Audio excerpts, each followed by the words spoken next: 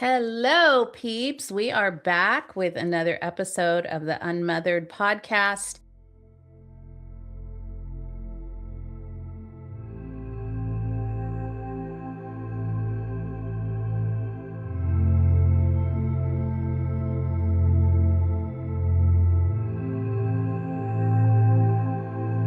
And today I have the honor of interviewing Amy Smyth Miller.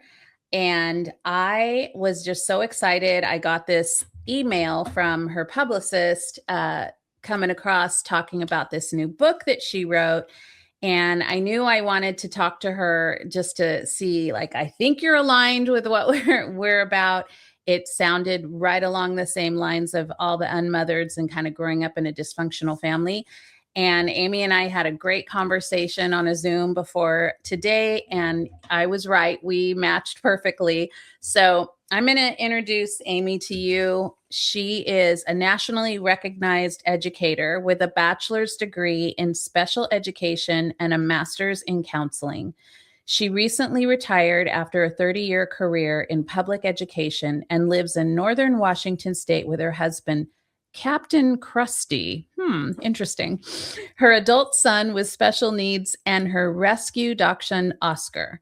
Her essays and poetry have appeared in the Muleskinner Journal, Women on Writing, Persimmon, The Healing, and CPTSD Chronicles, As It Ought to Be Digital Magazine, and Whatcom writes Anthology, Legacies.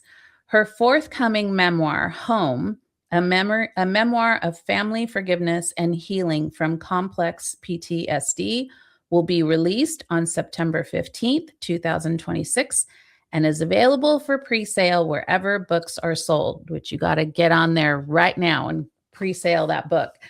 Amy, welcome in. Thank you. It's great to be here. Thank you for the invitation. Of course. I was blown away. Amy was nice enough to send me the PDF of her book. And I was like, oh, I'm just going to skim through it and kind of get the nuts and bolts. And I was like, oh, hold on, I need to finish. And so I literally, my husband came in to check on me in the afternoon. He goes, are you okay? You have not left this office. And I'm like, I need to finish this. I got to finish this book. So I just like speed read through that book in a day. And I was blown away and also heartbroken at the things that you had to go through. Your book, though, was very interesting because you started with the illness of your husband, which I thought was really connective to the beginning of kind of dealing with your childhood trauma through now you're in here in the now day, and all of a sudden all of these feelings are coming up. So can you speak to that a little bit? Yeah, I had previously done years of cognitive behavioral therapy, worked with therapists. And if anybody who's been through that type of therapy knows that for the most part, they kind of focus on the here and now. They don't tend to go back to the family of origin. It's more on changing your behaviors in the present. So when that situation hit with my husband, I didn't even realize at first what was happening. I just knew my reactions were way out of bounds. And that led me to believe that the trauma I had experienced in childhood, the developmental trauma, had not been sufficiently dealt with. So at that point, I sought out the services of a trauma-based therapist, and it made a phenomenal difference. Yeah, that is so key. And I really want people to understand that all therapies are wonderful, and it's beautiful that you go and seek that help. But when you have childhood trauma, it's so important to try to find a trauma therapist or coach, because if you don't understand what's going on inside your body from way, way, way back, you are just talking about the present, and that's okay. But like, there's stuff in your body that like needs to be cleared out. And so you're still going to come up with these issues. And I think that is exactly what spoke to the first chapter in your book, is you started spinning out of control of like, how do I deal with this illness? And oh my gosh, he's not acting the way I want him to act, so I'm just going to leave. And, it's the fight or flight kind of thing. I thought that was such an interesting way to start your book out. So, as you go back through your story, you moved 18 times? Oh my Was gosh, it it was probably 20 or more. Sometimes we moved within cities, girl? especially with Yuma. We moved a lot. A lot. Yeah. Yeah. So, I I know so I don't want to give away the whole book, but there was drug addiction in your family.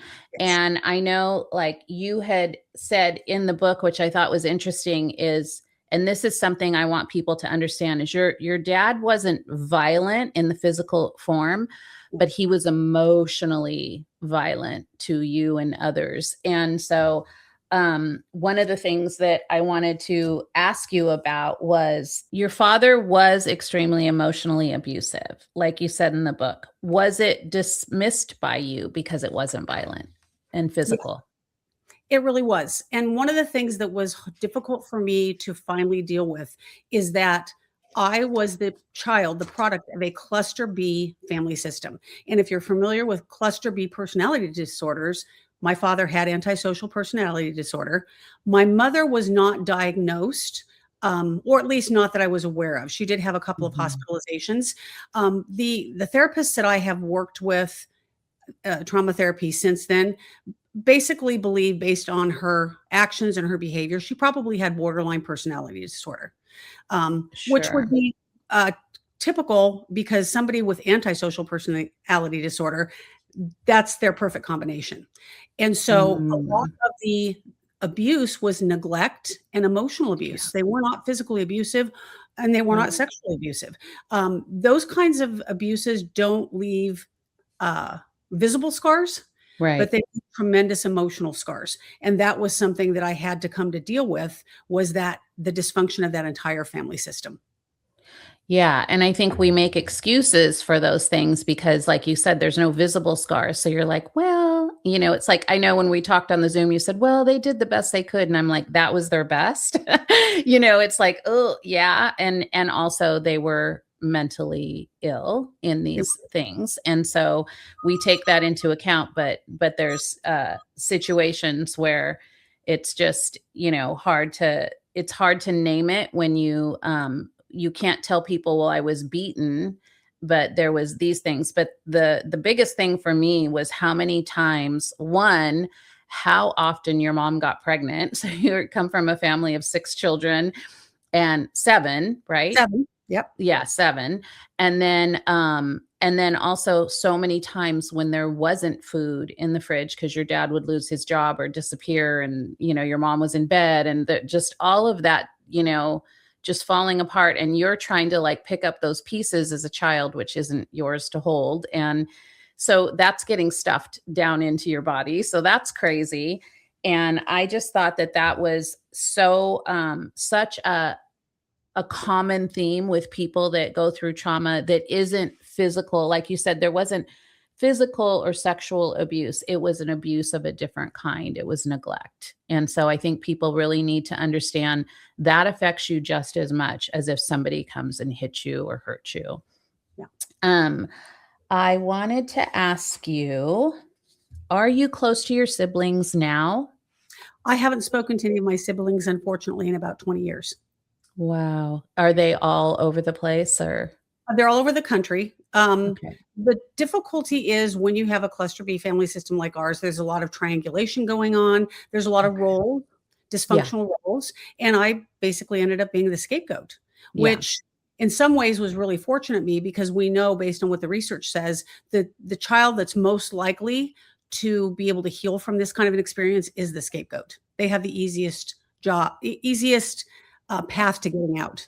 Yeah, and I would say it switched because there were times when you were the star child because you were taking care of everybody, and then it switched to scapegoat when you said no more. Yeah, I was the caretaker because I was the only Mhm. girl out of this family of Sure. children. My mom did lose one between me and my oldest brother, so she basically Yeah. gave birth 8 times before she was 30 years old. Oh my gosh. Yeah. Crazy. Okay, so you write about home in ways that go beyond a physical place. How did your definition of home change over the course of your life? And how has writing this memoir reshaped that definition? So my first definition of home, all the way through until I was about 14 or 15, was my great grandmother, her Yeah. house. We called her Granny Warbonnet, not to her face. She was a decent lady. But that was home to me, because whenever we would end up homeless or my father lost his job, we always went back to Mhm. grandma's house.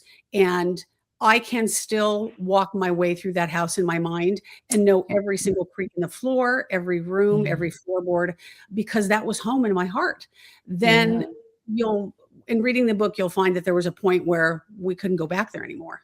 And Mhm. so I kind of refer to that period as the lost years. I really didn't understand what home was, because that was the only real home that I knew. Um, as I wrote my memoir, as I worked in my writing group, as I went through therapy, I I understood that home isn't always a place. It's something Mm. you carry in your heart, and you can carry it with you wherever you go. You don't need a Yeah. place to anchor that to. And once I was able to do that, it made a huge difference in my healing. That's Yeah. so good. You talk about complex B. Mhm. Can you explain that a little bit more for people who don't know?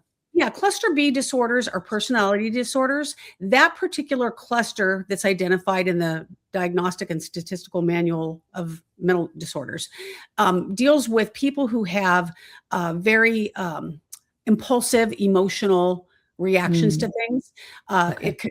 It encompasses people with antisocial personality disorder, people with narcissistic personality disorder, Mm. people with histrionic personality disorder, and then people with borderline personality disorder. So Wow. they're all within that cluster, and they're all characterized by highly emotional, highly impulsive actions. They produce a lot of chaos in families.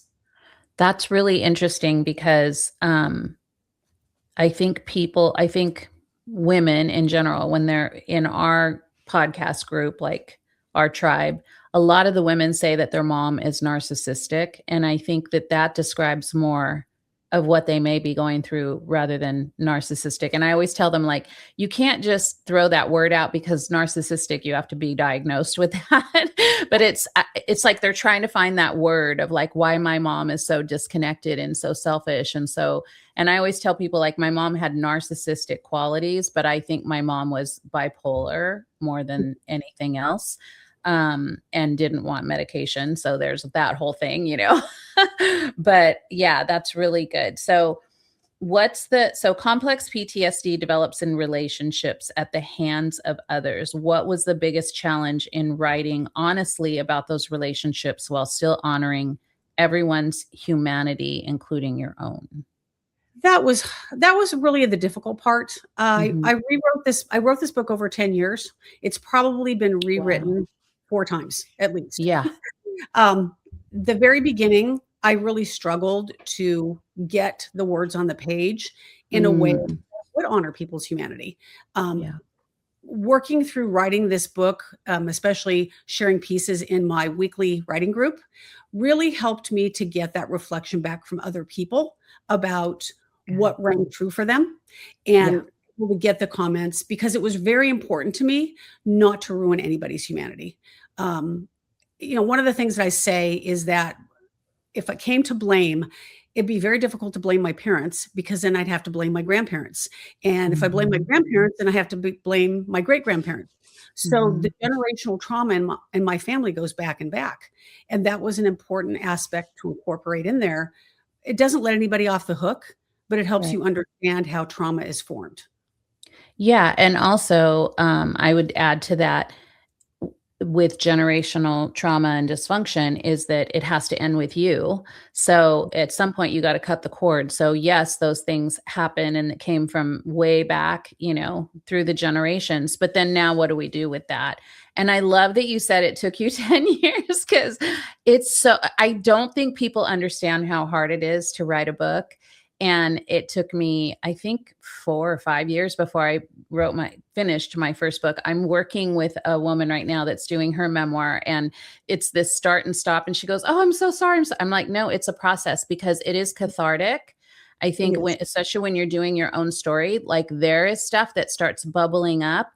and you're like, oh, I don't know if I can do this. And I love that you shared that with other people in a writers group, because then you can get other perspectives from it, so that it's not just through your own childhood eyes. It's like, okay, they might want to know more about something that you're skipping over, and or less, so it's really good to go. I love all those different parts. I think if you're anyone out there, that if you're thinking about writing your memoir and your own story in whatever capacity, maybe it's just on Substack, or maybe you want to write a physical book or whatever. It's like, do your research, like really sit with it, sit with your feelings. I think too is really important, to not do it from a place of revenge, or, just trying to get back, bitterness kind of thing. I love that you said, you're just so gentle with, like, you don't want to hurt people's feelings. And I felt the same way, even though I had to tell my mom's hard story.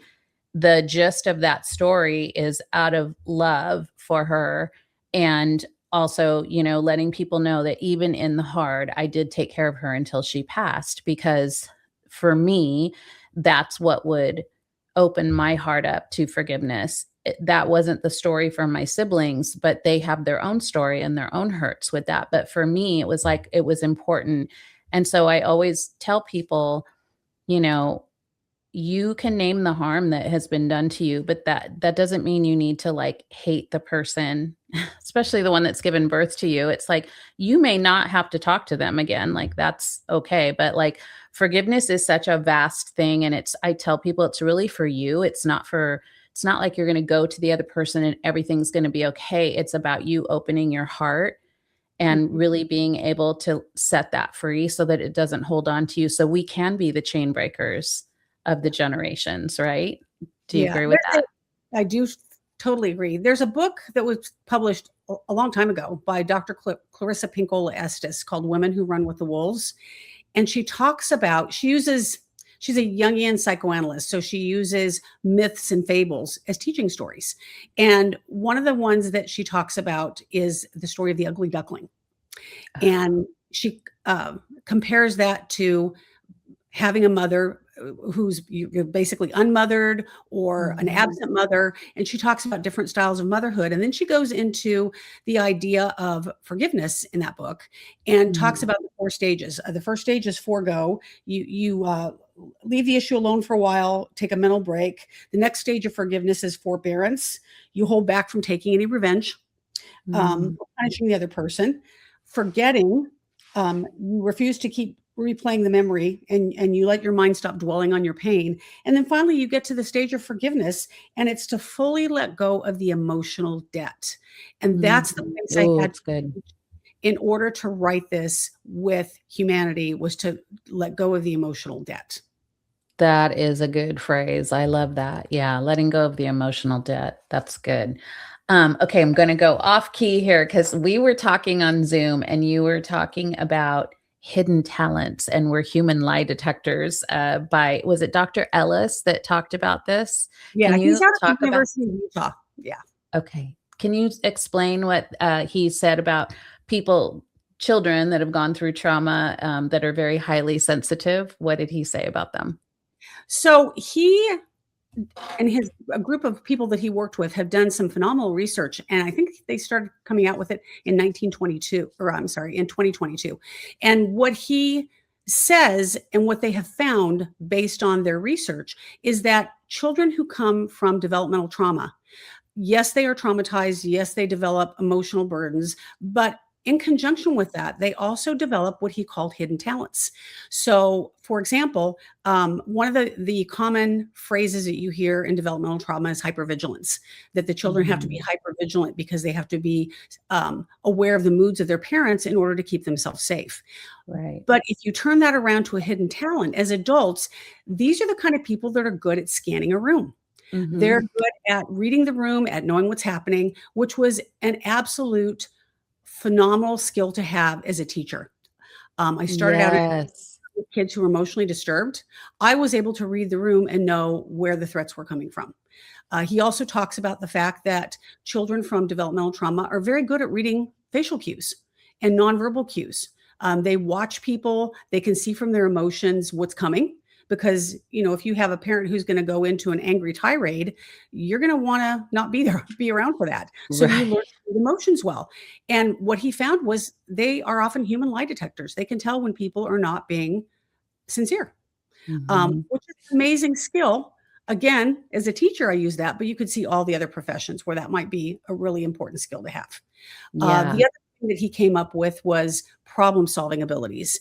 One of the things, and I really relate this to the issue of neglect, people with developmental trauma, especially those who've experienced neglect, are really good at solving problems based on a limited amount of resources. It's funny, I've taught my son to cook, my youngest son, and his wife said to me one time, I don't know anybody else like Tyler who can go into a pantry where there's hardly anything there and make a fabulous meal. She said, I think he learned that from you. So that is awesome. Yeah, no, it's great. It's so funny you say that because I often tell people, you want me in a crisis, because inside I'll be screaming, but I'm totally calm on the outside. And I'm like, okay, what do we need to do? Like, follow me. We're going to get out of this because we've had to. Yeah. I mean, we know survival, right? Yeah, that is great. Okay. So one he didn't mention, though, that I'm going to mention is packing, because I move so many times. I can pack anything. I can pack for a trip. I can pack boxes and have nothing break. I'm very good at packing. So speaking of that, did you leave do you not have like a lot of family photos and things because you had to move so many times? Did you lose things? I have almost nothing. Yeah. I have a few. I did have a cousin of mine, my Aunt Phylis. Love that name. I know. I loved that when I said she had an Aunt Phylis. Aunt Phyllis's daughter sent me a box of letters, a box with cards in it and pictures. And there was actually the letter my mother wrote to her mother after she eloped, the day after she turned 16. That letter was in there. Oh my gosh. And when I read that, I sat down and cried. Yeah. She was just this young kid. I know. She had all these hopes for a wonderful marriage, and her life was so traumatic. Yeah. I think people who don't understand, my mom went homeless when I was a teenager, and she left her things with a friend, and then he only held it for so long. And he was like, I'm going to dump all this stuff. So we lost so much stuff. Yeah. I don't think people understand when they go, oh, pick a childhood picture or whatever. It's like, well, I may not have it because I don't have those kind of things. I saved a couple of pieces of furniture I grabbed from my grandma, like one thing from my mom, like those kind of things, but I don't have a whole history. But my dad would find pictures of us as kids, and he gave me a lot as he got older through the years. He'd bring like a little envelope over, and it's like you hold on to it like it's gold because you don't have those. And so, I totally get but like yours would be even more so because you move so many times, And so I think people need to understand that's part of the trauma too, is like, you don't have a history, like a physicality to look at and go, oh, this is when we lived on blah, blah, blah street, or here's a picture when I was 10. It's like, I don't know. We don't have those. Or people say, remember when we went on vacation? And I'm like, we didn't do vacation. We don't have those memories.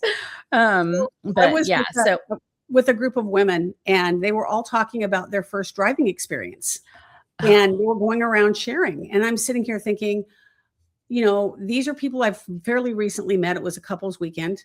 They were friends of my husband's before we met. And so I'm sitting there thinking, okay, my first driving experience was driving my dad to the hospital because he overdosed. That was my driving experience. So do I sit here and tell that? Do I say that story? Do I say that story, or do I just make something up? Yeah, because will I scare these people away? Yeah, exactly. You wouldn't scare me away if you told that story, but I've had people just like the horror on their faces when you tell a story like that, and they're like, you did what? What happened? You're like, yeah, it was a Tuesday. Like that. That's our life. It happened on Wednesday afternoon. Yeah. Yeah. So I was wondering too, I know you talked a lot about smells and sights and things like your granny, when you were talking about, she smelled like peppermint candies she always had in her pocket. And I was wondering, does your body react to smells or sounds relating to your childhood? like the smell of cookies or, the smell of bleach. Cause you talked about that a lot. When you get ready to move, your mom would bleach everything. I still can't stand the smell of bleach. I It's bet. just such bad memories for me. The smell of pie crust baking reminds me of my grandmother, Oh, and the peppermints. I make my own soap, and one of my favorite ones to make is rosemary peppermint soap because the peppermints remind me of her. Yeah. yeah. Good smells. They bring good euphoria to you. Yeah. So, was there a turning point when your identity shifted from surviving your past to authoring your future? That took a long time. I Yeah. think the piece that finally was put into place was trauma therapy. I was Yeah. able to let go of a lot of the victimhood. I was able to bring back a lot of the positive memories, and that Okay. was hard at first. When my trauma therapist said, I want you to the therapy that we were using is something called lifespan integration therapy, and it starts Mhm. with writing a timeline of your life. And Right. she says the good and the bad, and I say, what if they're all bad? I Where's can't the remember good? anything. Yeah. And so what ended up happening is as a result of that experience, I started remembering the good things I'd Yeah. forgotten, the smell of peppermints, uh, Mhm. the things that my grandmother had said to me. And that Mhm. made a profound difference. I was able to look at my life in totality is not just the bad things, but I could also Right. look at the good things and the people who helped me along the way. Um, Yes. Bus drivers, Teachers. Oh, so teachers, important. Yeah. cafeteria ladies, scout or group leaders, Mhm. even neighbors and the parents of Yeah. friends. And I Yeah. looked at my past and I saw how well supported I was. Yeah. Uh, I've always had a fairly strong sense of faith, Yeah. and it showed me that the resources were being sent to me when I most Yeah. needed them. God was still holding you through this journey. Yeah, Yes. 100%. I feel that too. And yeah, I had a mamacita too, by the way. I Oh, had an Aunt Mary and those homemade tortillas, man, every time. I I was love like, the just can smell. I live here, please? And she had 6 kids of her own. I was like, I just want you to be my mom. Oh, But yeah, so in closing all this, I could just go on and on with you all day. This book, you guys, was so impactful and so helpful. She adds in, so it's not just a memoir. She also added in some of the things that can help you through this journey, the therapies that she walked through, and the things that she understands along the way. So I think anyone that's on that search of like, why did I grow up with these kind of parents? What can I do? I'm feeling this heaviness. Like, what can I do? Home is going to be a really good book for you to read and understand some of the things that complex PTSD that you may be going through, and show you some ways to help yourself. So if someone picks up Home because they're carrying invisible wounds of their own, what do you hope they'll feel in the final page? my hope is that on the final page, they will realize that they are not broken.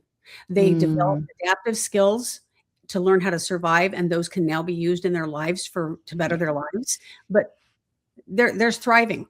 There's thriving. Yeah. It's not just surviving. Oh, so good, Amy. It was such a pleasure to have you on today. And I hope that this helps so many of our unmothered. I know that these stories are so similar and yet so unique. And just, anyone that has gone through a similar situation to you is really going to connect with this book. So, you guys, Home is on presale on Amazon or wherever books are sold. So please go on there. We will attach all of the things so that you can find it easily too. And Amy, I adore you. I wish you well. And I hope that maybe we could do this again. Maybe you'll have a book too out. I'm actually working on a second book, and it's not a memoir. It's a work of Nice. historical fiction. Oh, wow. Very cool. All right, lady. Well, I will see you guys later. Bye bye, peeps.